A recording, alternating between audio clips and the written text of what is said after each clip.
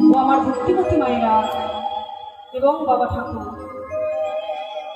আজকের আমার লীলার বিষয়বস্তু গৌর নিতাই দু ভাই মধুর মিলন।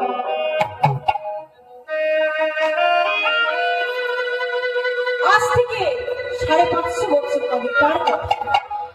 তখনকার দিনে মানুষের জীবনে নেমে এসেছিল এমন অজন্ম ঘটনা। সারা ভারতবাসীর কাছে বলেছিল, আকাশ বাতাস তারার কাছে মুখরিত হয়ে বলেছিল, এক মতো অন্যের জন্য বলেছিল, ওগো তোমরা কে কোথায় আছো, আমাকে এক মুঠো অন্ন দাও, এক মুঠো অন্ন দাও, এক মুঠো অন্ন দাও। এই দুঃখ থেকে দূরীভূত হওয়ার জন্য, সুখের আলো জ্বালবার জন্য আবির্ভাব হলেন জ্যোতির্ময় গৌরাঙ্গ মহাপ্রভু। এই গৌরাঙ্গ মহাপ্রভু এলেন কবে? ওমা, 4 যুগে ভগবান এসেছে। এই গৌরাঙ্গ মহাপ্রভু এলেন কবে? ফাল্গুন পূর্ণিমার তিথি, নক্ষত্র ফাল্গুনি, শুভক্ষণে জন্ম নিল আমার গৌরাঙ্গ। এই গৌর হরি যদি না আসতো, আমরা কেউ কখনো বুঝতে পারতাম না সেই বৃন্দাবনের লীলার কথা, কৃষ্ণ লীলার কথা আমরা কেউ কখনো বুঝতে পারতাম না। তাই গৌর হরি দুঃখ থেকে সুখের আলো জ্বালবার জন্য জ্যোতির্ময় মহাপ্রভু তিনি যুগে যুগে অবতীর্ণ হন। ভগবান বলেছেন, গীতায় বলেছেন, যদা যদা হি ধর্মস্য গ্লানির্ভবতি ভারত অভ্যুত্থানম অধর্মস্য তদাত্মানাং শিরোমণি পরিত্রাণাং সাধনাং বিনাশং চ দুষ্কৃতাং ধর্মসংস্থাপনার্থায় সম্ভবামি যুগে যুগে। ভগবান শুধু একটি কারণে এলেন না, ভগবান 3টি কারণে এলেন।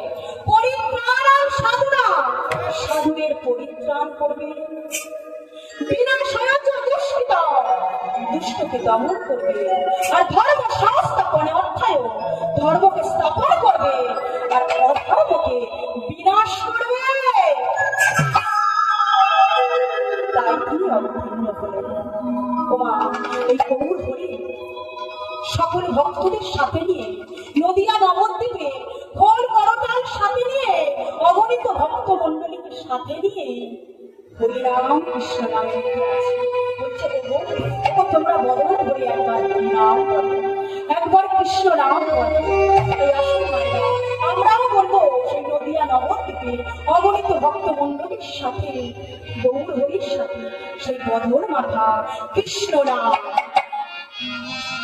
শোনাম 32 অক্ষর। ওমা, এই কলিযুগে কিন্তু হরিনাম ছাড়া জীবের কোনো গতি নাই, গতি নাই, গতি নাই।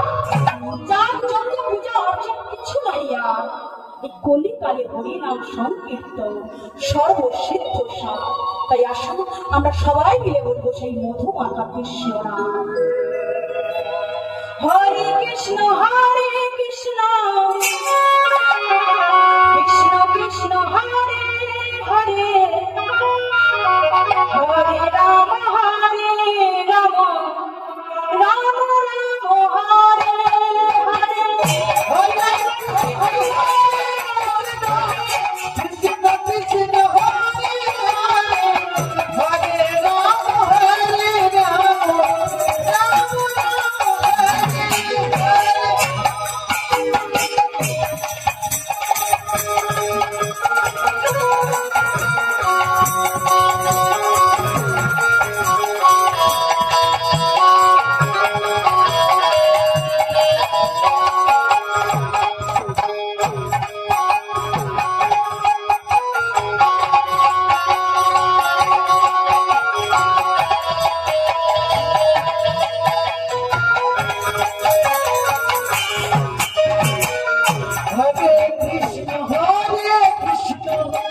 কৃষ্ণ কৃষ্ণ হরে হরে, হরে রাম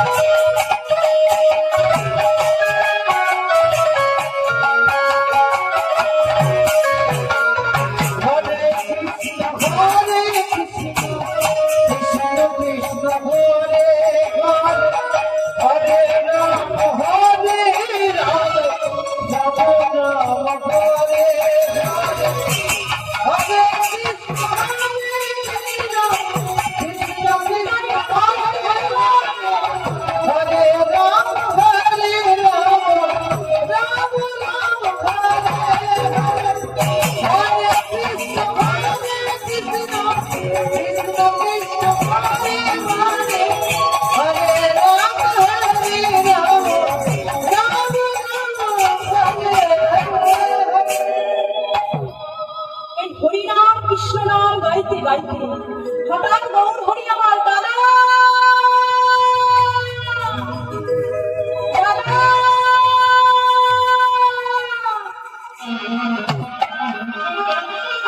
দাদা দাদা বলে চিৎকার করে। ঠিক সেই সময় অদ্বৈত আচার্য ছুটে, প্রভু প্রভু, তুমি তো এই মাত্র হরিনাম কৃষ্ণ নাম করছি, তাহলে তুমি এখন দাদা দাদা বলে চিৎকার করছো কেন? কি হয়েছে তোমার? অদ্বৈত, কেন জানি আমি এই কলিযুগে সবাইকে দেখতে পাচ্ছি, কিন্তু কিন্তু আমার দাদাকে যে আমি দেখতে পাচ্ছি না। অদ্বৈত আচার্য বলেন, এই প্রভু, তুমি যদি কৃষ্ণ হও তাহলে ডাকো তুমি তোমার দাদাকে। তোমার দাদা যেখানে জন্মগ্রহণ করুক না কেন, এই ডাক ঠিক পৌঁছে যাবে তারপরে নেই।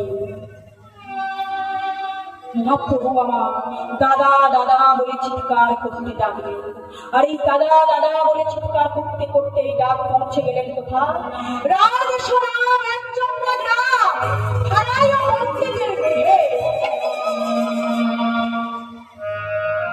আর হারাই পণ্ডিতের গৃহে রাজসোনাম একচক্র গ্রাম হারাই পণ্ডিতের গৃহে শুভ মাঘ মাস শুক্লা ত্রয়োদশী জনম নিল হলধরের ঘরে। মা, আমরা সবাই গৌর হরির জন্মতিথি জানি, সত্য ত্রেতা দাপর প্রত্যেকটি প্রভুর জন্মতিথি আমরা জানি, কিন্তু নিত্যানন্দ প্রভুর জন্মতিথি আমাদের অনেকের জানা নেই, আবার অনেকেই জানে। শুভ মাঘ মাস শুক্লা ত্রয়োদশী,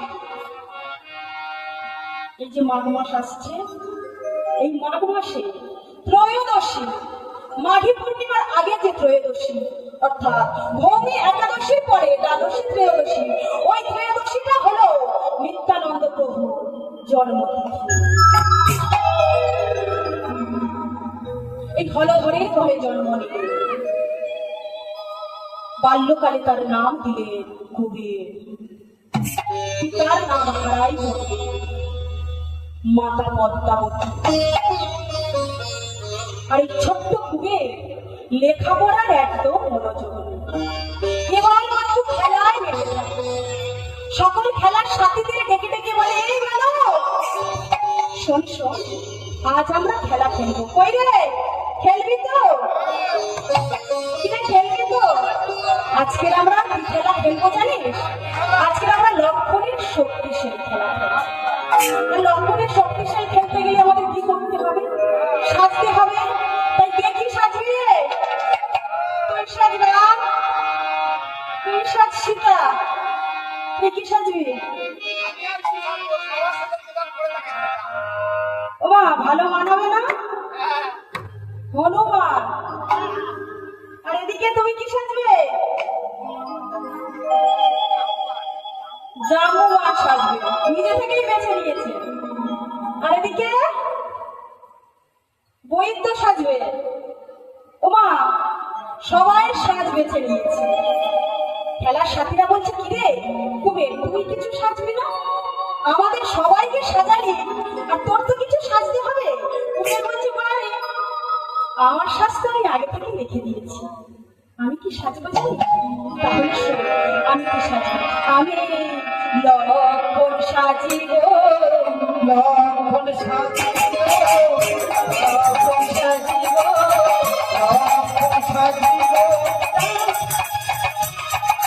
রাম নাম সাজনা লক্ষণ সাজিব, রাম নাম সাজিব, লক্ষণ সাজিব, রাম নাম সাজনা লক্ষণ সাজিব।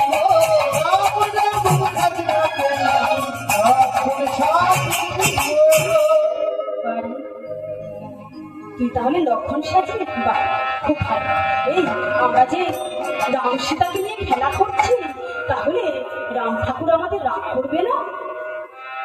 তাহলে চল আমরা সবাই মিলে সেই শিবপতি রামচন্দ্র নামে একটু জয়ধ্বনি করি। শিয়াপতি রামচন্দ্র কি, শিয়াপতি রামচন্দ্র কি, শিয়াপতি রামচন্দ্র কি। ওমা এইভাবে খেলছে আর রামের নামে জয়ধ্বনি করছে। তাই কি বললেন মা? ঈশ্বর ব্রহ্ম তেরে নাম, সবকে সম্মতি দে ভগবান। ঈশ্বর ব্রহ্ম তেরে নাম,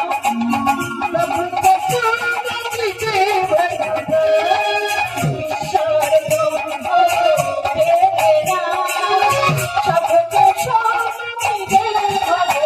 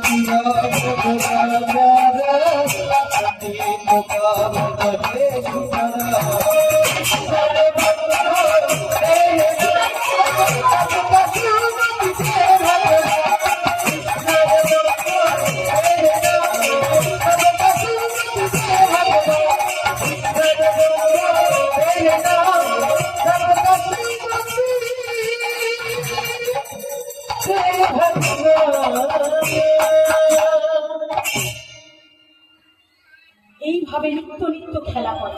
আবার পরের দিন খেলা খেলছে। লেখাপড়ায় তো একদম মনোযোগ নেই, শুধু খেলতেই ব্যস্ত। আবার পরের দিন খেলা খেলছে, আবার পরের দিন কি খেলা খেলছে, তাই আবার সকলকে ডাকছে, শোন শোন, আজ আমরা আবার নতুন খেলা খেলবো। কিরে খেলবি না? আজকের কি খেলা খেলবো জানিস? আজকে আমরা কৃষ্ণ লীলা খেলা খেলবো। কৃষ্ণ লীলা খেলতে গেলে তো আমাদের সাজতে হবে, তাই না? তাহলে কে কি সাজবি? সবাই বলছে যে শ্রীরাম, সুদাম, দাম, বসুদাম, সবাই যে যার মতন সাজ বেছে নিয়েছে। তাই বলছে কি দেখবে আজকে তুই কি সাজবি? বলে আমার সাজ তো আমি আগে থেকেই রেখে দিয়েছি, তাই নাকি? তুই কি সাজবি তাহলে বল? আমি কি সাজবো জানিস? আমি বলরাম সাজিব, বলরাম সাজিব, বলরাম সাজিব, বলরাম সাজিব,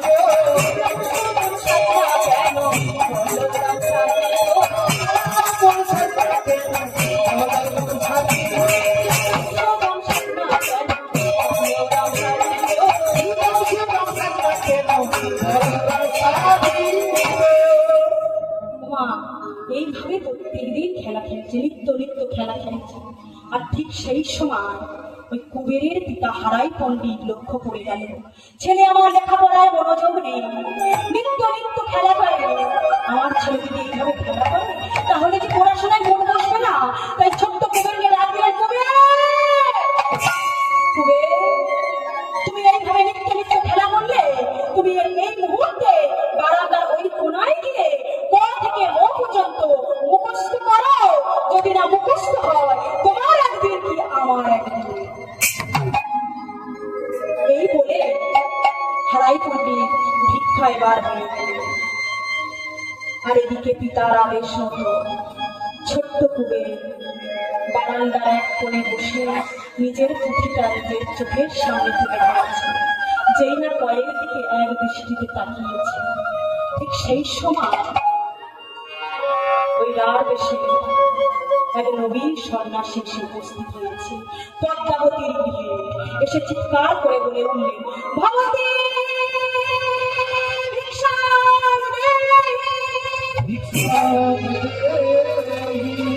ভগবতী ভিক্ষা দে! ভগবতী ভিক্ষা দে!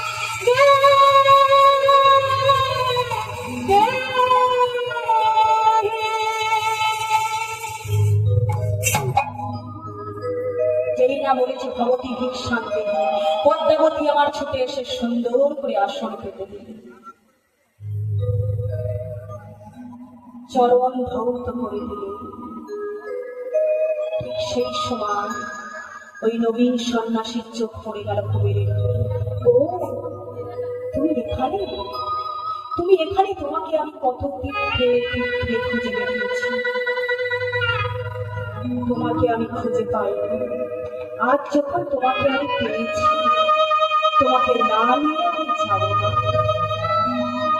তোমাকে না নিয়ে আমি যাব না। ঠিক সেই সময় হারাই পণ্ডিত ফিরে এসেছে, এসে বলছে, পদ্মা পদ্মা, আমাদের গৃহে এসেছে সন্ন্যাসী ঠাকুর। কত জন্মের স্বীকৃতির ফলে হয় সন্ন্যাসীর আগমন, কত জন্মের স্বীকৃতির ফলে হয় বৈষ্ণবের আগমন। পদ্মা, যাও পদ্মা, এই সন্ন্যাসী ঠাকুরের জন্য সেবার ব্যবস্থা করো, সেবার ব্যবস্থা করো। কিন্তু স্বামী, স্বামী গৃহে তো কিছুই নেই। পদ্মা, পদ্মা, তুমি চিন্তা করছো তো? তুমি চিন্তা করছো কেন? আমি যা ভিক্ষা করে এনেছি এই দিয়েই বৈষ্ণবকে সেবা দেব। তুমি এই দিয়ে বৈষ্ণবের সেবার আয়োজন করো। আর জানো পদ্মা, জানো বৈষ্ণবকে সেবা দিলে কি হয়? অনেক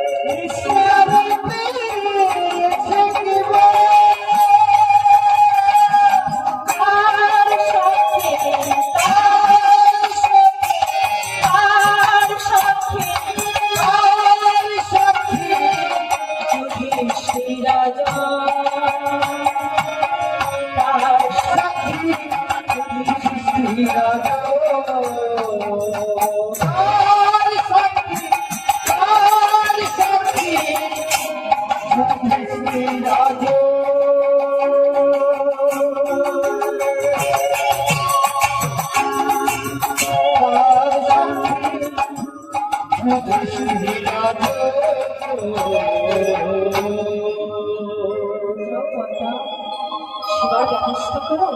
ঠিক সেই সময় নবীন সন্ন্যাসী হারাই পণ্ডিতকে ডেকে উঠলেন। পণ্ডিত! বললেন সন্ন্যাসী বাবা।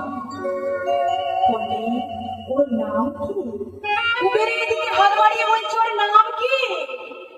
হারাই পণ্ডিত বলে উঠলেন, ওর নাম কুবের। বাহ, খুব সুন্দর নাম রেখেছে।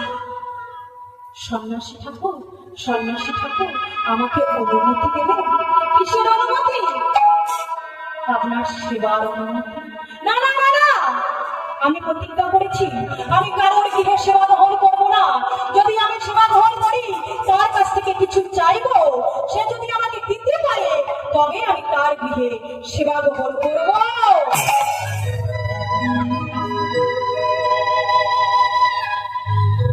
কিন্তু সন্ন্যাসী বাবা, আমার তো দেওয়ার মতো কিছুই নেই। আমি কি দেব আপনাকে? আমি কি দেব? আমি যে দিন ভিখারি, সারাদিনে যা ভিক্ষা করি সেই ভিক্ষা দিয়ে আমাদের দিন চলে যায়। আমি কি দেব আপনাকে? আছে আছে পণ্ডিত, তোমার কাছে বহু মূল্যবান রত্ন আছে। আরে তুমি আমাকে কথা দাও, আমি তোমার কাছ থেকে যা চাইবো তুমি আমাকে নির্দ্বিধায় দান করে দেবে।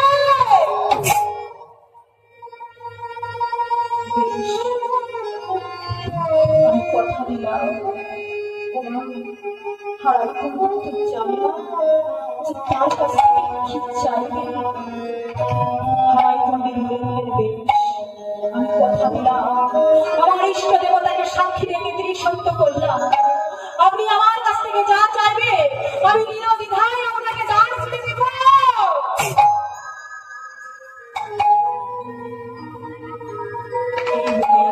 সেবার আয়োজন করলেন। সন্ন্যাসী বাবা সেবা করলেন। দেখতে দেখতে দেখতে দেখতে হারাই পণ্ডিতের গৃহে 4 দিন পার হয়ে গেল। যেই না 4 দিন পার হয়ে গিয়েছে, হারাই পণ্ডিতের গৃহে দেখতে দেখতে 4 দিন পার হয়ে গিয়েছে। তাই নবীন সন্ন্যাসী বলে উঠলে, নবীন সন্ন্যাসী বলে উঠলে, পণ্ডিত, দেখতে দেখতে তোমাদের গৃহে 4 দিন পার হয়ে গেল। এবার যে আমাকে বিদায় নিতে হবে, আর এই বিদায় কালে তুমি যে আমাকে প্রতিজ্ঞা করেছো, এই প্রতিজ্ঞা যে পূর্ণ করতে হবে। ঠিক সেই সময় পদ্মাবতী আমার গৃহে থেকে একটি মুদ্রা নিয়ে এসে ওই নবীন সন্ন্যাসীর চরণ তলে রেখে প্রহার করছে। নবীন সন্ন্যাসী বলে উঠলেন, পদ্মা, পদ্মা, এমন কিছু দান করো যাতে আমি ধন্য হই, তুমি ধন্য হও, ধন্য হোক সকল জীব। সন্ন্যাসী বাবা, কি দান করবো? এমন কি দান করবো? যদি বলি তোমার জীবনটা। সন্ন্যাসী বাবা, আমার জীবন আমি হাসতে হাসতে আপনাকে দান করবো। না না না, তোমার জীবন না, তোমার জীবন না। আমি বলছি কি জানো, আমি বলছি কি, একমাত্র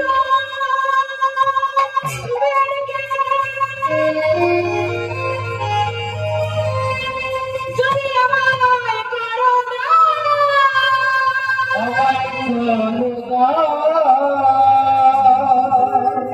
যাহা পেলে বলিছি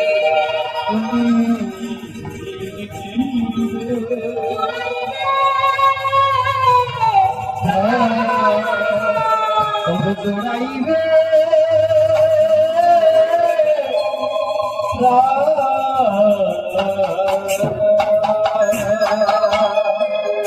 না না, সন্ন্যাসী বাবা, এ হতে পারে না, এ হতে পারে না। ওই কুমির ছাড়া যে আমাদের গৃহে আর কেউ নেই। এই ছোট্ট কুমির ছাড়া আমাদের কাছে যে আর কেউ নেই। পারবো না, পারবো না সন্ন্যাসী বাবা, কিছুতেই পারবো না। আপনার প্রতিজ্ঞা ফিরিয়ে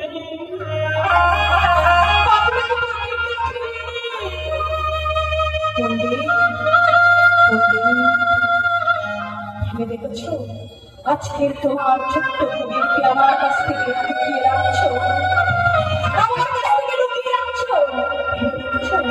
ভেবে দেখেছো যেদিন যেদিন জম এসে তোমার কবিরকে নিয়ে যাবে, সেদিন কি তুমি পারবে? সেদিন কি তুমি পারবে তোমার ছোট্ট কবিরকে লুকিয়ে রাখতে? পারবে না। কিন্তু সন্ন্যাসী বাবা, এই কবির ছাড়া যে আমার আর কেউ নেই, এই কবির ছাড়া যে আমাদের আর কেউ নেই। ছোট্ট কবিরের জন্য সারাদিন অপেক্ষা করে বসে থাকি, কখন এই কবির এসে আমাদের ছোট্ট ছোট্ট হাতে গলা জড়িয়ে ধরে বলবে, মা, বাবা,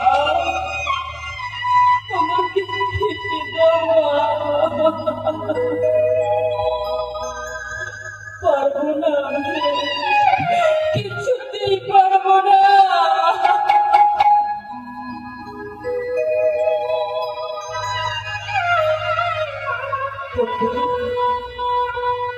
তুমি কিন্তু কথা দিয়েছ আমাকে, কথা দিয়ে কথার দাম না রাখলে তাকে যে নরকগামী হতে হয়। আর আমি কোনটাকে মনে মনে চিন্তা করছি, হায় রে, দয়াময়, কৃপাময়, করুণাময়,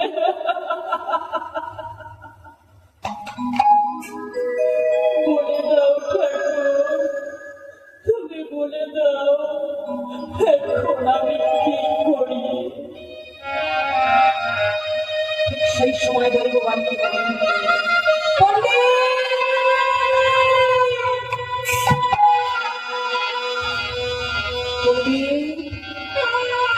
চিন্তা করছো কেন?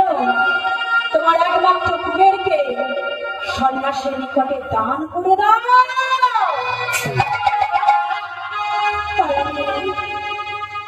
তোমার কেমন লীলা, তোমার কেমন বিচার, এই কুবের ছাড়া তো আমাদের আর কেউ নেই।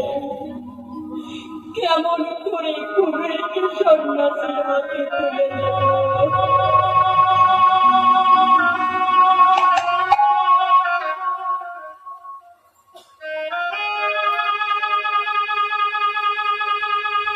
পণ্ডিত বলে বললেন, বেশ সন্ন্যাসী বাবা,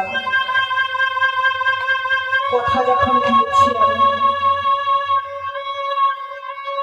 আমার কুবেরকে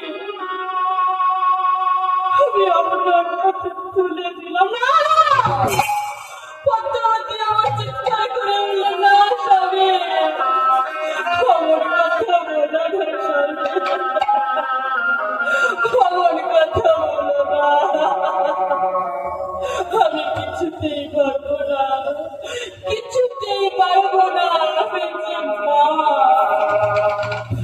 10 মাস 10 দিন গর্ভে ধারণ করে শুধু মা ডাক শুনবার জন্য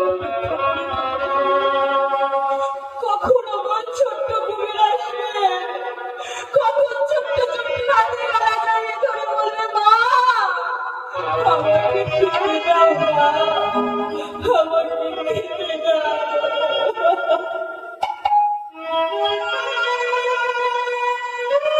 আমি কিছুতেই পারবো না।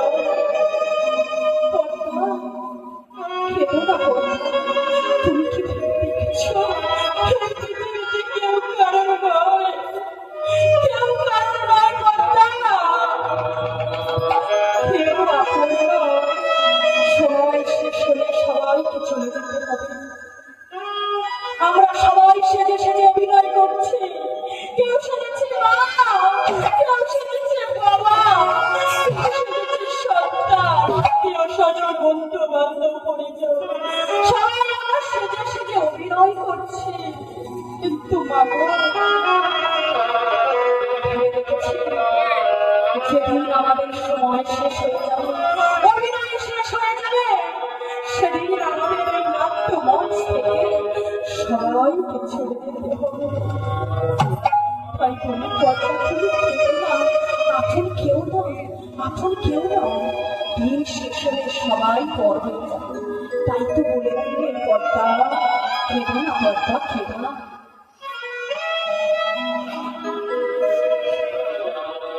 কর্তা খেদো না কর্তা, অমন করে আর খেদো না। তাই আমি বলি শোন, আপন আপন করছো যারে,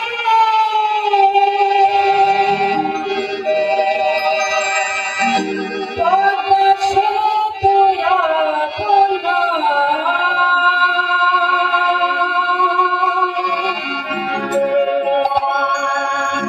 প্রেম ফুরালে বুঝবে আপন যে কর্তা,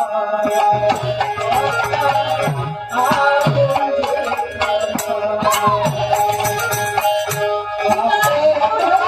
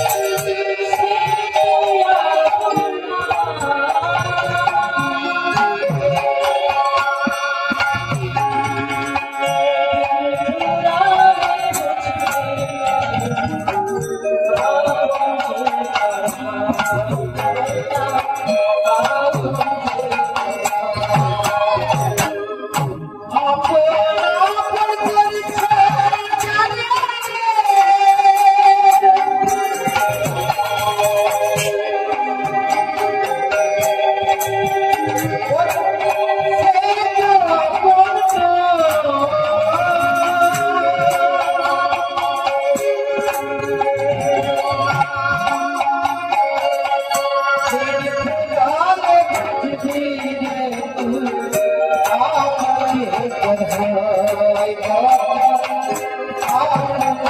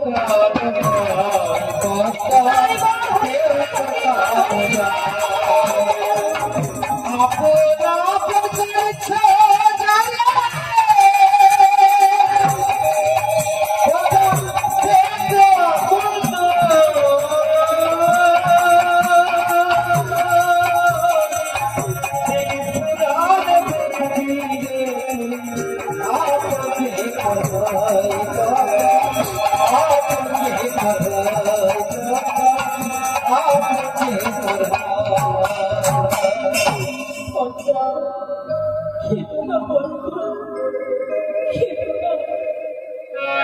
স্বামী, ওই কুমির ছাড়া যে আমার তো আর কেউ নেই।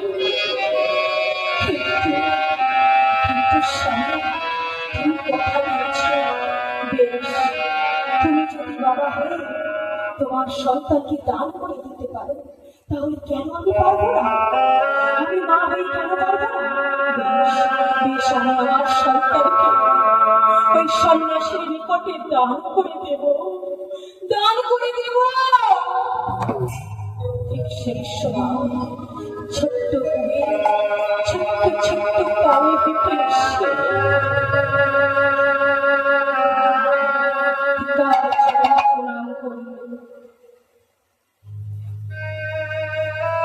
মাতার চরণে প্রণাম করল। পরে বলল, মা, মা, এইবারে আমাকে বিদায় দাও মা, এইবারে আমাকে বিদায় দাও। আর তোমার সাথে দেখা হবে না, এইবারে আমাকে বিদায় দাও মা।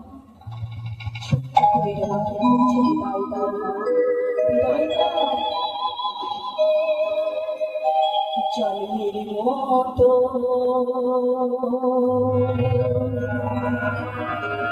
বিদায় দাও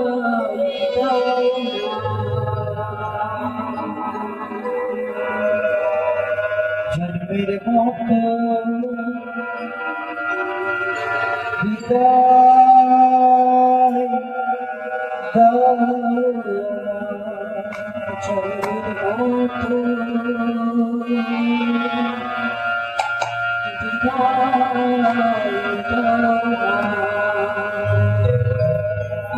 জন্মের মতো বিদায় দাও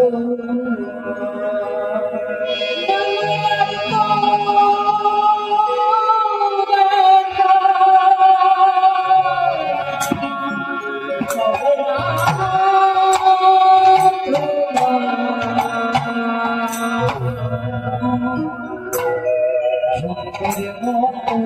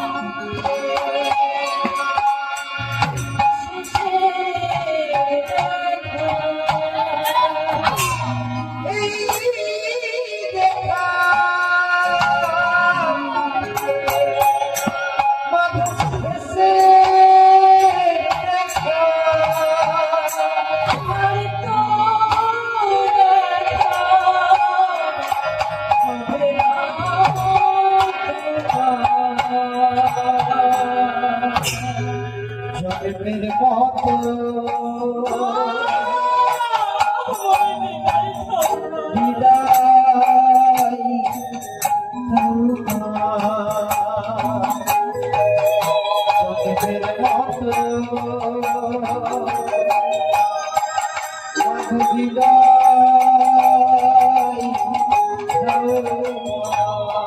জননী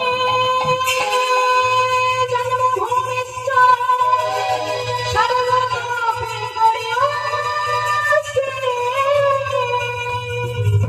জননী জন্মভূমিশ্বর সর্বপাপে গড়িয়াছে। মা,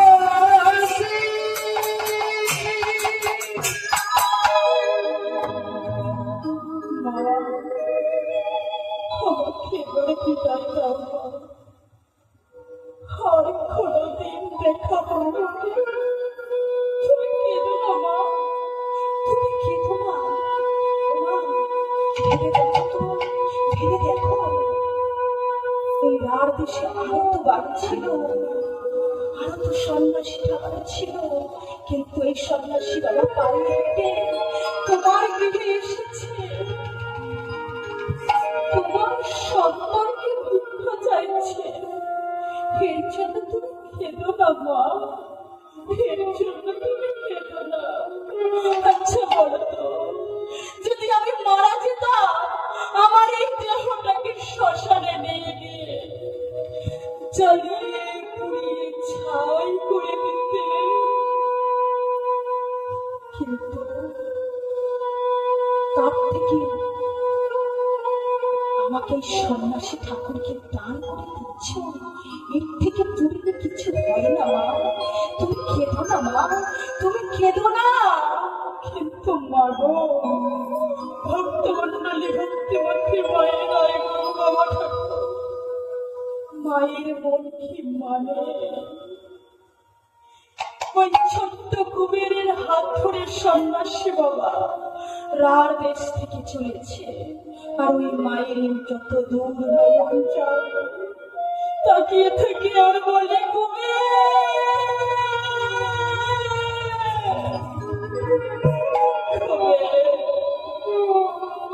একটিবার আমার মা বলে না,